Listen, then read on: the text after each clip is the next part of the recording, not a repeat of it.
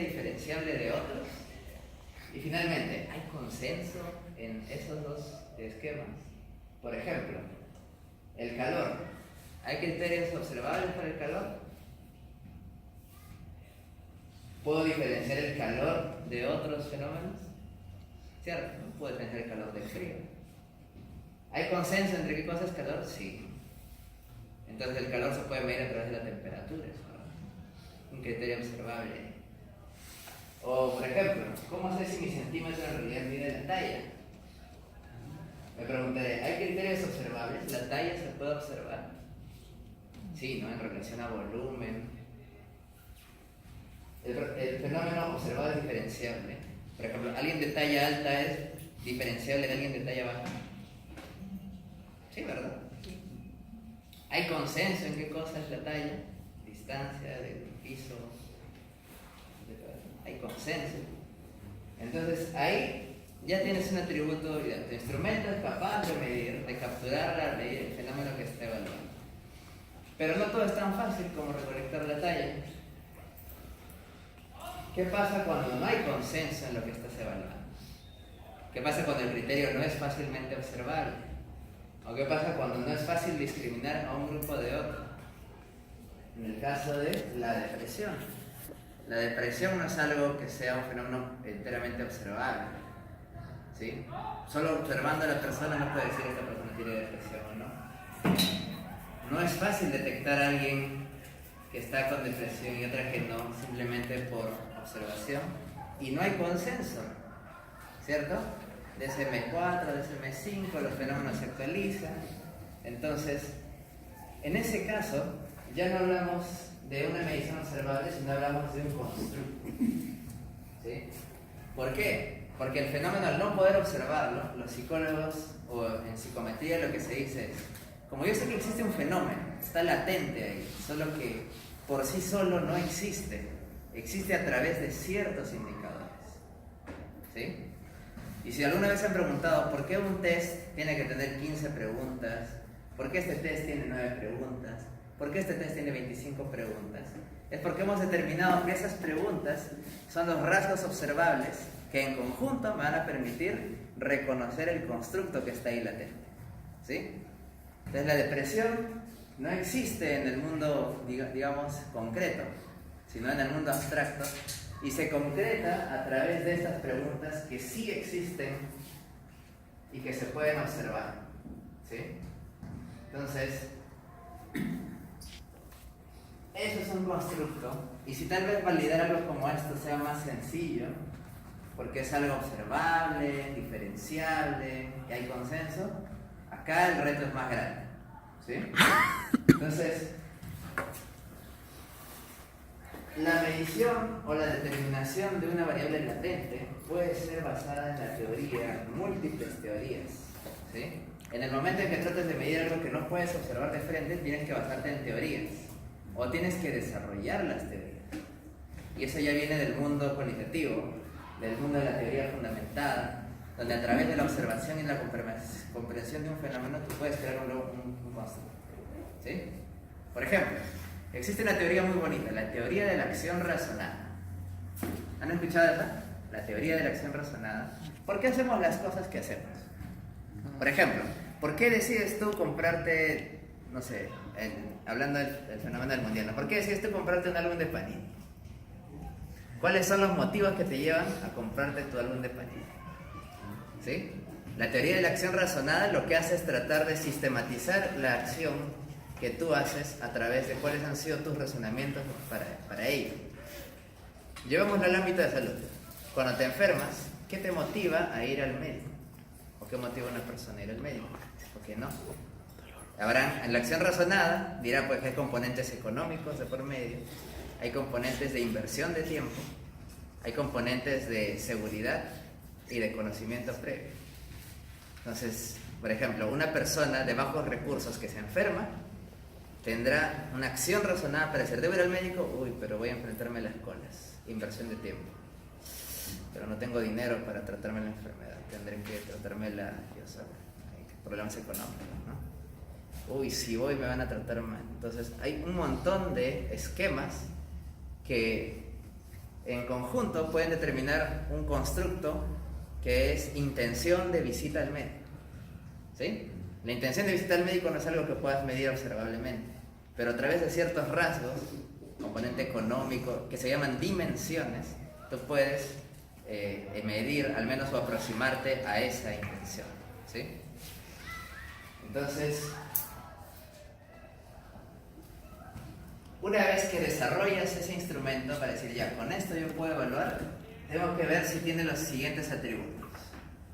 Validez y confiabilidad son temas que se han explotado tanto que todo el mundo ya los conoce, pero hay muchos más, como la sensibilidad al cambio, que es un componente muy importante cuando quieres usar instrumentos que quieres que detecten un cambio en salud pública, en medicina, en psicología.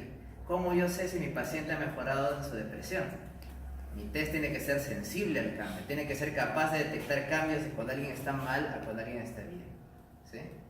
Y mientras más sensible, tal vez mejor. Invarianza, otro atributo que debe tener el test. Si yo estoy evaluando un constructo en base a una teoría, entonces yo planteo que ese constructo no debe variar entre poblaciones. Porque si lo hace, entonces tal vez están existiendo dos constructos diferentes. O este constructo debe evaluarse en formas distintas por poblaciones. La invarianza es una característica que debe tener un instrumento que se plantea usar universalmente. ¿Sí? Y el efecto techo, el ceiling effect. Mi test tiene un punto máximo al que llegan las personas o no. Por ejemplo, en coeficiente intelectual, ¿hay efecto techo o no? O sea, ¿hay un punto máximo de coeficiente intelectual al que deberían llegar las personas? ¿Sí? Originalmente se pensaba que sí, y los creadores, Raven y ellos, plantearon el efecto techo, pero luego de desarrollar la teoría de inteligencias múltiples, se dieron cuenta después de que el efecto techo se rompía en este tipo de test, y eso motivó a que se vuelvan a revalidar y hacer más análisis para determinar coeficiente intelectual.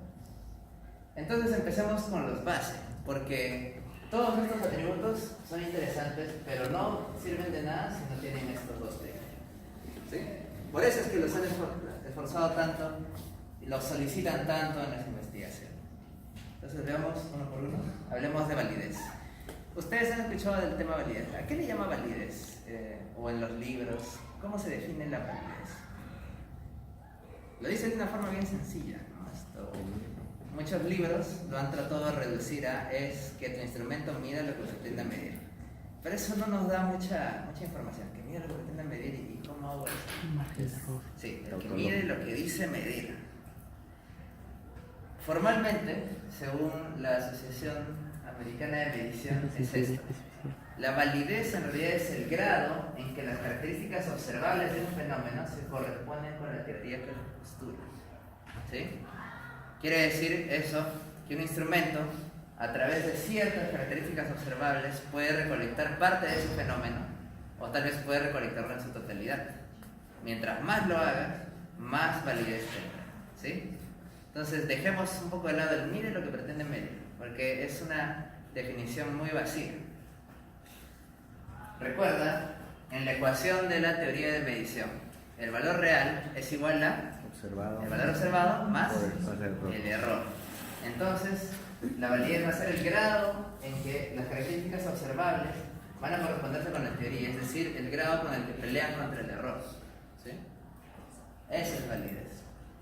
Entonces, veamos varios métodos de validez para cada instrumento que vamos usando. ¿Sí? La validez aparente, face validity o validez de cara, es un proceso súper sencillo. Muchas veces cuando te dicen, uy, tienes que validar tu instrumento, tú dices, pucha, me voy a complicar un montón. Pero la validez de cara es uno de los más sencillos y también es muy importante. ¿Por qué? Porque lo que quiero hacer aquí es disminuir el error introducido por todos ellos a la vez. Y esto se puede reducir a través de un proceso bastante interesante. Aquí es donde funciona el piloto. Y aquí es donde muchos se quedaron y se creó el mito de que no, todas las validaciones se hacen con pilotos. ¿Qué ocurre acá? Tú tienes un cuestionario, una encuesta, una ficha, Y necesitas asegurarte de que esa ficha se va a utilizar igual en todos los casos y que los sujetos van a entender las preguntas de forma similar siempre, ¿sí? Entonces, lo que tienes que hacer se conoce como adaptaciones. Digamos, tú creas tu cuestionario y tienes que llevarlo a campo, pero si no ha sido validado previamente, no puedes asegurar que todos entiendan las preguntas como tal. Por ejemplo, la ENDES. Quiero hacer algunas preguntas en relación a salud materna. Una de las preguntas dice, ¿cuándo fue su último FUR? Y muchas personas de bajos recursos van a decir, ¿qué cosa es FUR? Y si el evaluador no está capacitado, tampoco va a saber qué es FUR. Entonces tienes que enseñarle, tal vez tienes que modificar la pregunta para que sea más sencilla y la persona le capte, ¿sí? Señora, ¿cuándo fue la última vez que tuvo su periodo o su regla? ¿No? Hablando a términos más sencillos. Entonces, ese aspecto nada más de modificar la pregunta para que sea más comprensible ya es un proceso de validez. ¿Y quién es el que valida eso? El mismo sujeto que recibe el cuestionario, ¿sí? ¿Y por qué se hacen pilotos? Porque los aplicas y los aplicas hasta que no hayan errores, ¿sí? Ese proceso iterativo se llama validez aparente.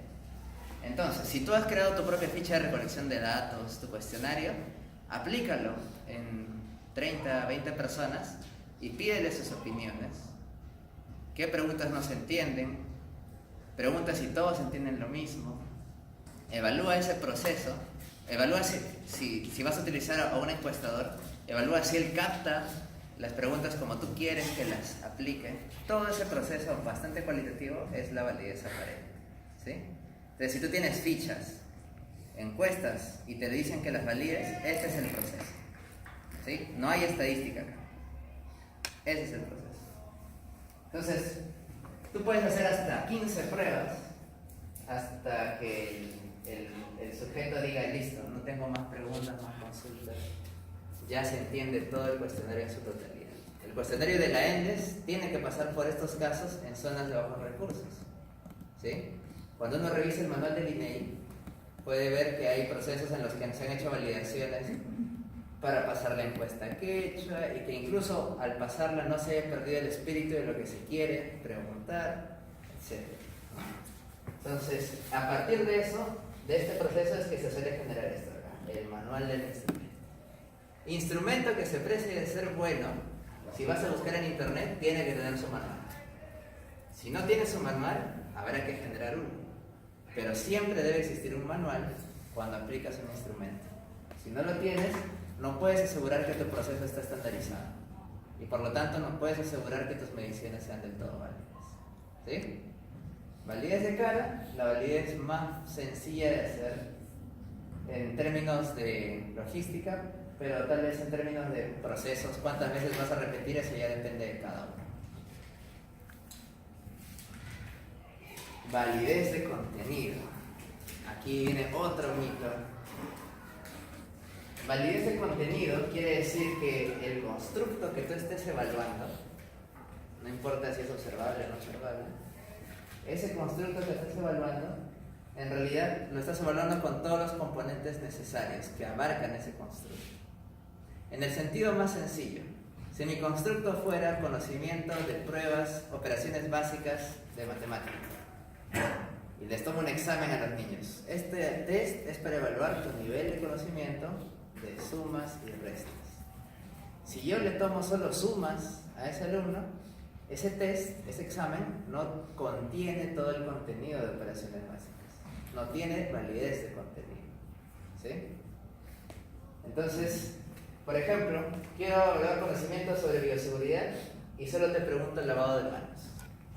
Ese instrumento no tiene validez de contenido, porque no está evaluando el constructo llamado bioseguridad en su totalidad. Al solo evaluar lavado de manos, estoy evaluando un elemento de la bioseguridad, sí, pero no todos los necesarios. Entonces no puedo decir que mi instrumento evalúa la bioseguridad en su totalidad. ¿Quién decide si un instrumento tiene validez de contenido o no? ¿Qué opinan? ¿Cómo sé yo que mi test está completo, que pregunta todos los aspectos que involucra el constructo? Tal vez llevándolos con los expertos del tema Esa es la clave. Y a partir de ahí nació el mito, pregúntale al experto. En este caso, es cierto, pero primero, antes del experto, tienes que tener la teoría de fondo del constructo que estás evaluando. Las operaciones básicas ya tienen un esquema de trabajo, incluyen sumas, restas. ¿Sí?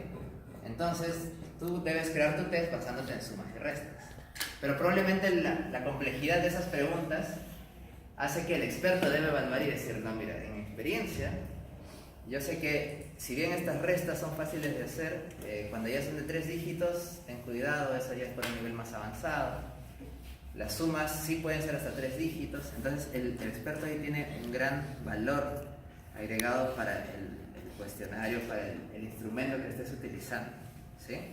Entonces aquí son clave los expertos para decirte qué ítems son representativos del constructo. Tal vez te dicen, no, sácame esta pregunta porque aquí ya te estás yendo por las ramas. Este no tiene nada que ver con el constructo. Puede parecer, pero no tiene nada que ver. Entonces, otra vez, este proceso es un proceso cualitativo. Un proceso en el que tú elaboras tu cuestionario o tu test y el experto, bueno, lo has creado primero basado en la teoría, pero luego el experto tiene que ser quien te diga, a través de múltiples reuniones con él y con varios expertos, si es que estás captando bien el constructo como se debe, ¿sí?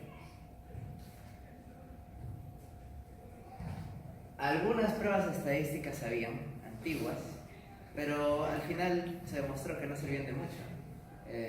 Existía una prueba llamada la B de Aiken, donde tú, digamos que escogías 5 jurados, 5 expertos, y veías cuál era la probabilidad de que los 5 consensúen en decir que el test es válido.